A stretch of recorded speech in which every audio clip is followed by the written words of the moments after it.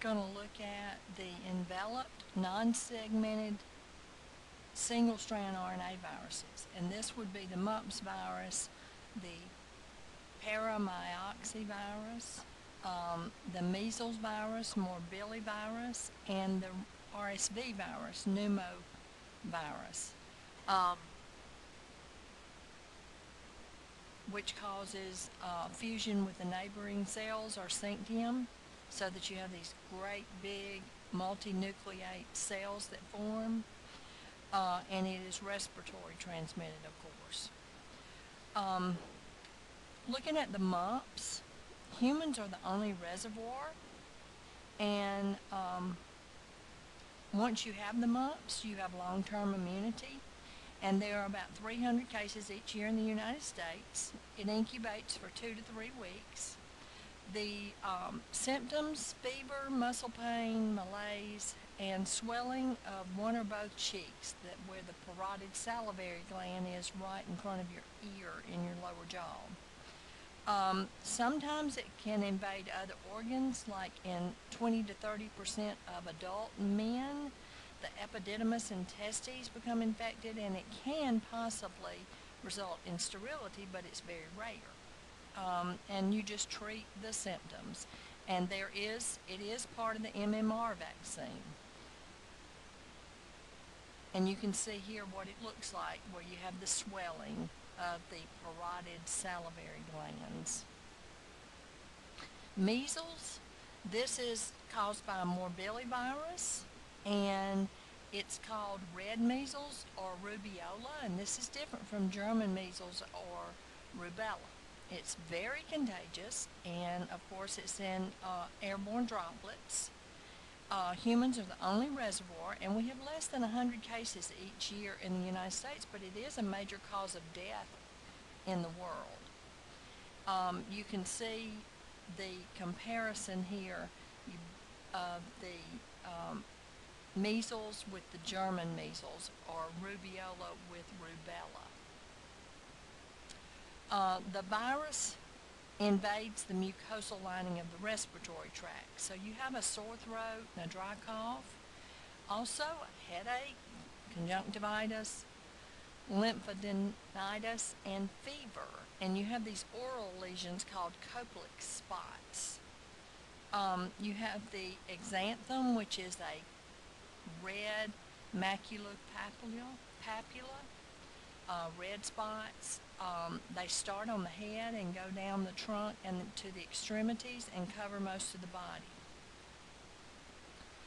The most serious complication is called subacute sclerosing penencephalitis, and it's a neurological degeneration of the cerebral cortex and the white matter of the brain and the brainstem. But only 1 case in a million will end up with this SSPE.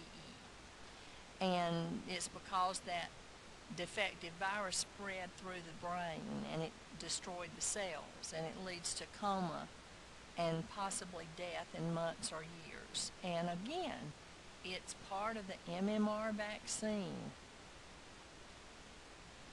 RSV is also called the pneumovirus, and it infects the upper respiratory tract. Like I said a while ago, it causes these giant multinucleate cells. It's a cause for a lot of respiratory infections in children that are 6 months or younger, because they're most susceptible. The portal of entry is the epithelial tissue in the nose and the eye. And you're going to have fever, rhinitis, pharyngitis, otitis, and croup. To treat it, they use the RSV immunoglobulin that will block attachment to cells, and they use an inhaled antiviral, ribavirin. Rabies is in the rhabdovirus family, and you have these enveloped bullet-shaped virions. It's very slow, and it's a progressive zoonotic disease, and the primary reservoirs are wild animals, and it's spread anytime an animal's infected, whether wild or domestic, it bites or scratches, or even the droplets are inhaled from them. It enters through a bite and it grows for about a week on the trauma site and multiplies, and then it goes into the nerve endings and goes toward the ganglia and the spinal cord and the brain. And when the virus replicates in the salivary glands, the infection cycle is complete. The clinical phases of rabies are the prodromal phase, where you're going to have fever, nausea, vomiting, headache, fatigue, sometimes pain, burning, and tingling at the site of the wound. Then you have the furious phase, where you're agitated, disoriented, have seizures, twitch, and have hydrophobia, which is fear of water. Then the dumb phase, where you're paralyzed and disoriented and kind of in a stupor. And then you progress to the coma phase and it ends in death. And you can see how it's distributed across the United States. We are in the yellow area, where the raccoon most often is what spreads it. To diagnose it and treat it, takes an autopsy. If you're bitten by these wild or stray animals, they're going to meticulously clean the wound and try to find out as much as they can about the animal that bit you, and going to give you passive and active post-exposure immunization. They're going to infuse this wound with the rabies immune globulin, HRIG, and globulin, and they're going to vaccinate with this HDCV, the human diploid cell vaccine, and you get 6 doses and 2 boosters of this.